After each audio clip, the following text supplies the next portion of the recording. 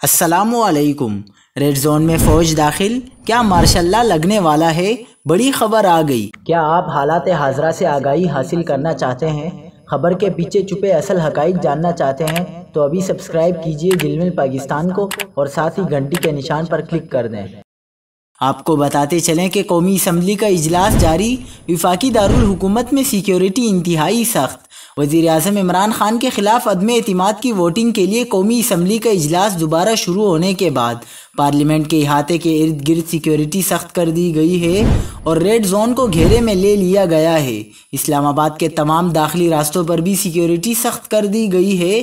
Chief justice ने रात 12 बजे सुप्रीम कोर्ट के दफातर खोलने का हुक्म दे दिया। Chief justice Islamabad high court ने रात 10 बजे अदालत खोलने का हुक्म दे दिया। तहरीक अदम एतिमाद पर कौमी असम्बली में अरकान की लंबी तकरीरें, वोटिंग का मरहला कुछ देर में होगा। आर्टिकल 6 सब पर लग जाएगा। सेक्रेटरी कौमी असम्बली ने स्पीकर को वोटिंग का मशवरा दे दिया।